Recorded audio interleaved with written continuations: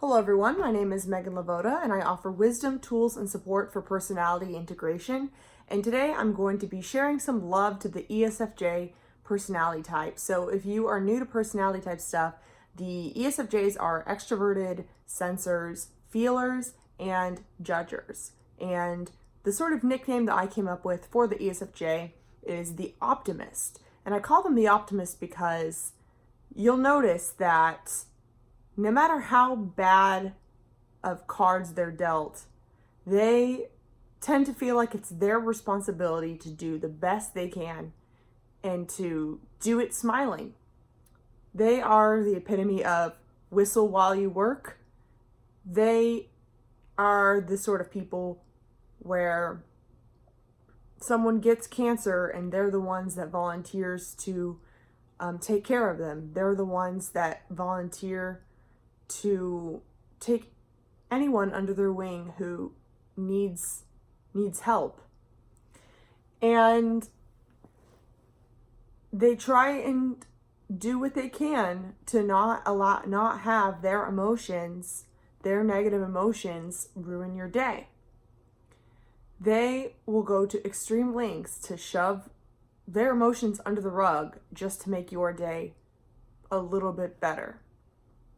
And they deserve appreciation for all that they do, and they don't get enough. So that is part of the reason for this video. And I also just want to say, for those of you who are new to cognitive functions and need a refresher, the ESFJ's top cognitive function is extroverted feeling, which it seeks mutual benefit in win-win situations as a judging function. And their auxiliary or growth key function is introverted sensing, which seeks homeostasis. So the ESFJ, you'll notice they will seek harmony in their emotional environments by maintaining the homeostasis and caring for people's sensory needs. And I just want to say that if you are an ESFJ, you are your own worst critic. And you help people in such subtle ways and in such fundamental ways that you might not ever see credit. You might not ever, I guess what I'm saying is, your impact is so monumental that it would be almost impossible for your loved ones to be able to accurately describe how much you have impacted their lives, because you impact people's lives from the root, fundamental human level. And you are a dependable friend. You care about being dependable at all times. You don't want your negative emotions to impact anyone else, and you're the one that stays up at night. You're the one that stays up at night worrying about whether or not that one thing you said might have accidentally hurt someone. Well, I want to tell you that you are a good person, because if you spend so much time worrying about whether or not you are a good person, chances are you are a good person, because do you know who doesn't worry about whether or not they're a good person? Bad people. And I'm not trying to say who's good and who's bad, but I'm just telling you that you are doing a way better job at life than you probably give yourself credit for. Because your standards are so... In order for you to reach your standards,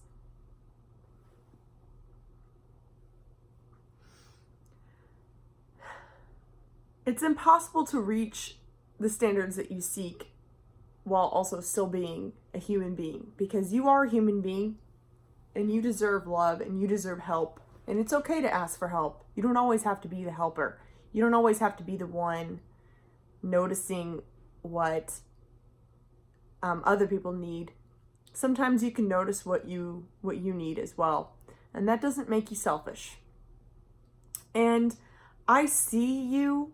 I see how much it hurts when your friends let you down and disappoint you time and time again, I know how much it hurts when you try and put yourself out there on the dating market and you feel rejected, or you feel like you're the only one making an effort, or you feel like you'll never find someone that reaches your standards, that treats you with respect. I'm telling you that your respect will pay off. And I know you don't know that. And I know you might fear whether or not, like, you can't predict the future. All you know is the past. And I know that change is hard, but I really believe that if you continue to show yourself, if you continue to show people the respect you know that they deserve, give credit where credit is due, be dependable to those who count on you, time and time again, you are extremely reliable people, reliable workers. If you continue to demonstrate that, and then maybe give a little bit of that to yourselves as well, it will be okay in the end. Because the friends that you make along the way and the little moments that you treasure along the way will always be with you. And you don't have to know exactly how it's going to play out, because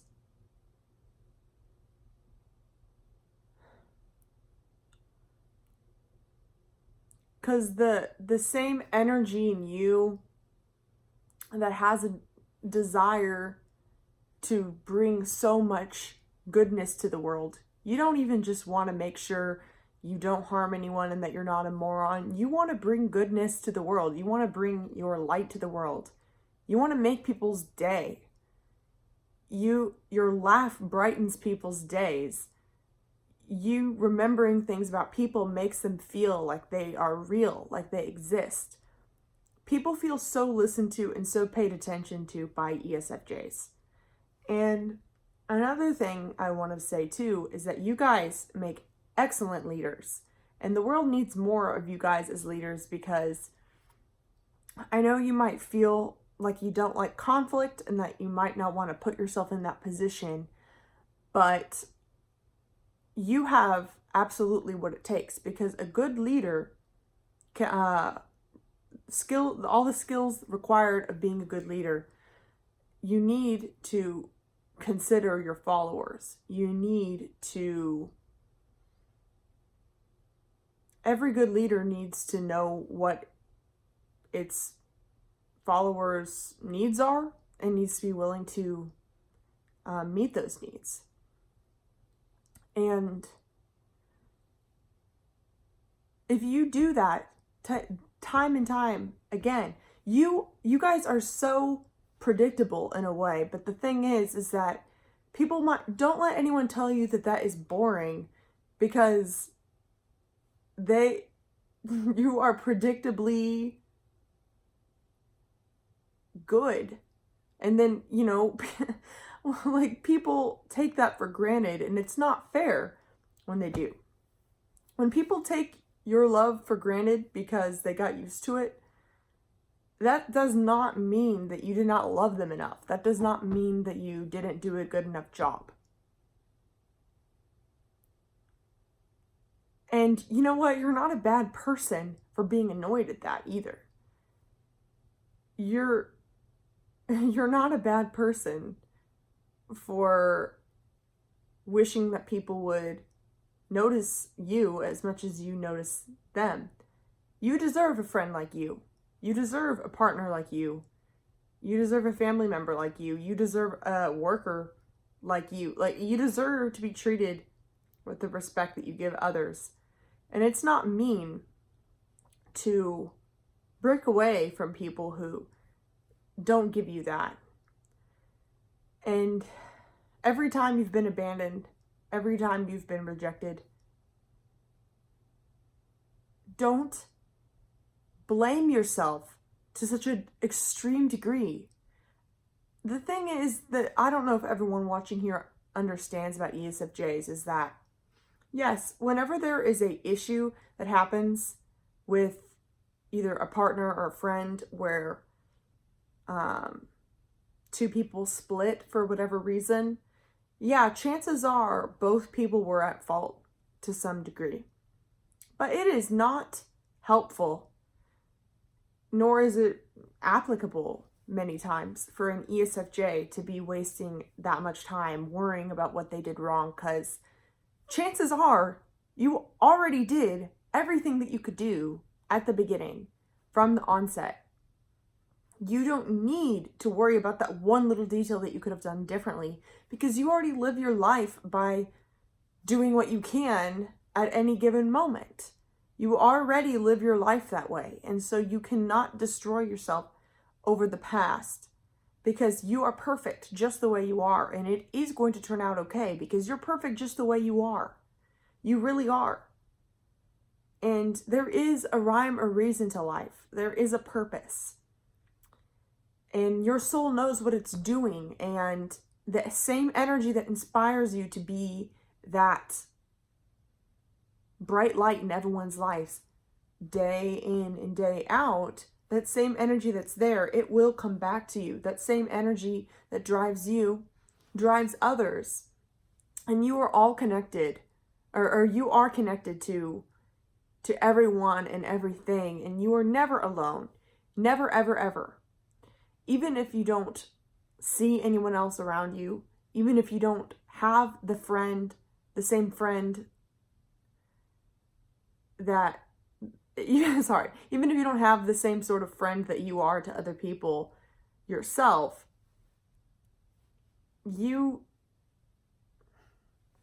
it's still there.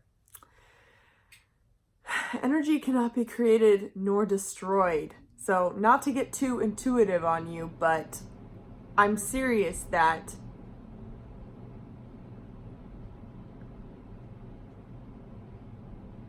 you need to not be so freaking hard on yourself, okay? I don't think that ESFJs ever get enough credit. I know I've been almost saying the same thing over and over in this video, so I don't want to beat a dead horse too much. I really hope that this was helpful to you guys. But I just can't stress this enough. I just can't stress it enough. Like, I feel like ESFJs are constantly overlooked and constantly taken for granted when life would literally suck without them. Like, if you're not an ESFJ, I invite you to think about all of the things in your life that would not be possible without ESFJs. And if you have any comments or nice comments about ESFJs, or if you want to add on to the love, comment below this video. And really, what I want to see at the end of the day is I want to see an ESFJ happy. I want to see them confident.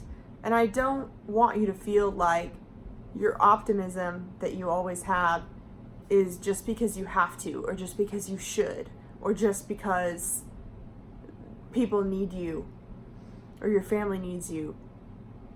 I want it to be because you have the sort of people in your life, and you're surrounded by people that respect you and are grateful for you, and are grateful for all the little things that you do that are maybe tedious or maybe not the most glamorous all the time.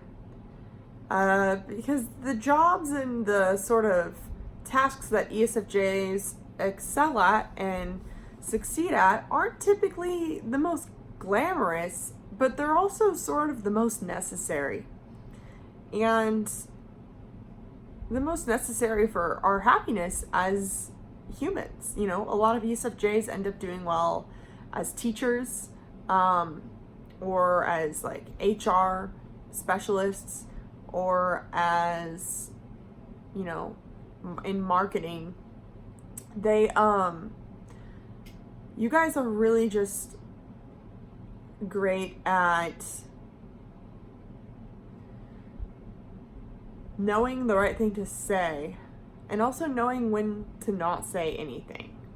So anyway, this is just a little bit of my love fest for ESFJs, and if you like this video, subscribe, send this to an ESFJ that needs some love. And if you're not sure your personality type, I do offer personality typing services and mentorship to people looking to integrate the depths of their personality using cognitive functions. I have all that information below.